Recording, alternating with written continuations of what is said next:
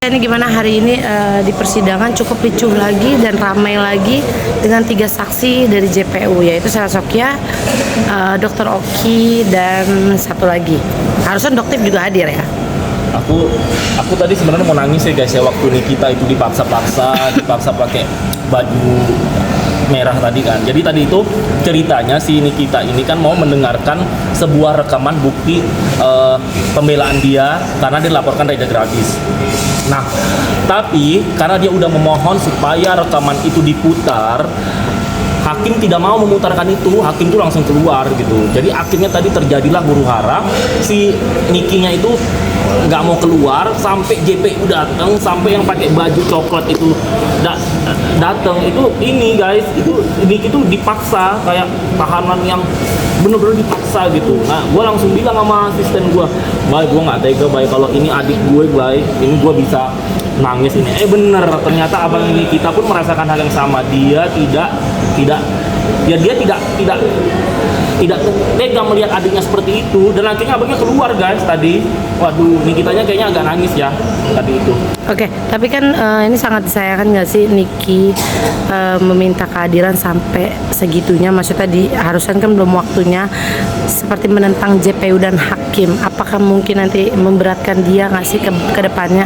Aduh guys, ini aku udah ngobrol sama pengacara Reza Gladys dan beberapa pengacara tadi di luar. Mereka itu pada bilang, waduh Niki ini bisa-bisa sampai 20 tahun dan 10 tahun dan 15 tahun. Karena ini pertama terjadi di Indonesia ada terdakwa yang melakukan seperti itu.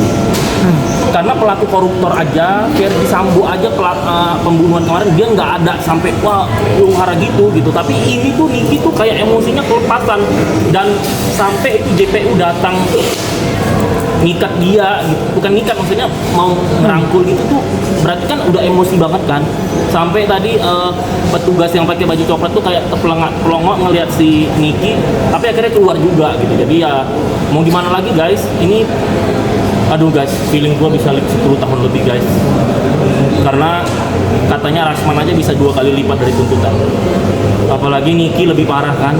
Minggu lalu Niki nunjuk-nunjuk 2 kali, tadi Niki bentak-bentak hakim, ya kan?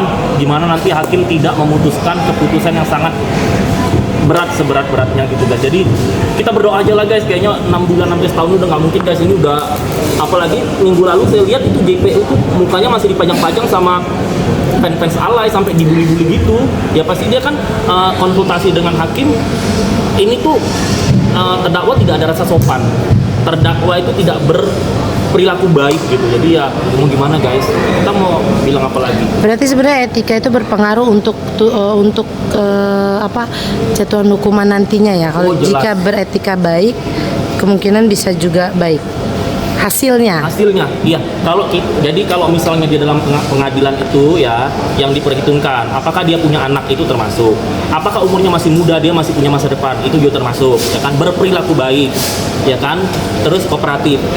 Nah, terus apabila dia susah, hidupnya susah, jadi dia kan harus keluar mencari makan, mencari pekerjaan, itu menjalankan pekerjaan, itu jadi pertimbangan. Tapi kalau dan intinya begini mau gimana? Kan nanti kalau gue misalnya ngasih tahu yang jujur, takutnya kata netizen saya kontra sama Niki gitu. Padahal saya di sini kan saya pro Niki, tapi saya melihat tegak lurusnya gitu. Ya, gimana guys? Aku takut banget ini dengar keputusannya. Tapi pasti si Niki udah begini kejadiannya, pasti dia naik banding kan. Kalau naik banding bisa sampai Desember baru ketok palu tuh. Oh iya. Tadi saya udah ngobrol juga sama pengacaranya Reza Gladys gitu. Jadi ya mau gimana guys? Tapi kamu mungkin sebagai mengikuti kasus ini sudah didatangkan 3 saksi juga lagi dari JPU. Seperti apa sih, dan kesaksian dari tadi katakan masih banyak yang mengatakan JPU lebih berat ke Reza Gladys, ya kan? Makanya membuat Niki geram, membuat Niki tidak bisa nahan emosi. Kamu sendiri melihatnya bagaimana ya? Ya itulah guys, itu sialnya kita sebagai terdakwa. Makanya buat kalian, ini pelajaran buat kalian netizen, masyarakat, jangan terlibat kasus hukum. Karena kalau kita sudah terdakwa, pasti JPU akan lebih berat ke pelapor. Karena kan memang jaksa penuntut hukum itu kan memang tugasnya membela pelapor, even si pelapor punya pengacara atau tidak, JPU itu akan selalu berat ke pelapor gitu. Jadi ya memang Niki memang di posisinya terdakwa, pasti JPU tidak akan pro ke dia gitu. Jadi mau gimana gitu. Berarti dengan rekaman yang baru saja didengarkan ini benar apa tidak nggak sih menurut pandangan kamu kalau memang nyatanya ada tanda kutip lah terhadap instansi pemerintah ini? Kalau menurut saya ya, mungkin gini, rekaman Niki itu katanya kan tentang keluarga Reja Gladys, kalau tadi nggak salah saya dengar. Nah, mungkin JPU dan jaksa hakim itu lah ngapain rekaman keluarga si terdakwa direkamin, itu kan nggak penting, nggak ada korelasinya sama kasus pemerasan, nggak ada korelasinya sama TPPU ini kan, sama ITE gitu. Jadi kalau misalnya lu mau komplain tentang hal ini, lu bikin laporan baru gitu si Nikinya gitu kan. Jadi ya udah, lu muncrat mulu kan ya, sorry. Tapi dengan alasan bukti tadi tuh dia minta penangguhan penahanan, langsung ingin keluar, tidak ingin tidak ingin balik lagi ke rutan Pondok Bambu. Tanggapan kamu bagaimana? Itu nggak boleh. Kalau Niki tetap mempertahankan dirinya di situ, bisa-bisa mereka panggil polwan. Yang sudah-sudah kan begitu gitu. Tapi tadi pengacara Reja Gladys bilang ini pertama terdakwa berani bisa begitu gitu. Jadi ya waduh, saya yang deg-degan nih, hukumannya bisa 10-15 tahun takutnya ya. Waduh Mbak, mana itu, janganlah, kasihan anaknya ya Allah. Oke, Bang, satu lagi.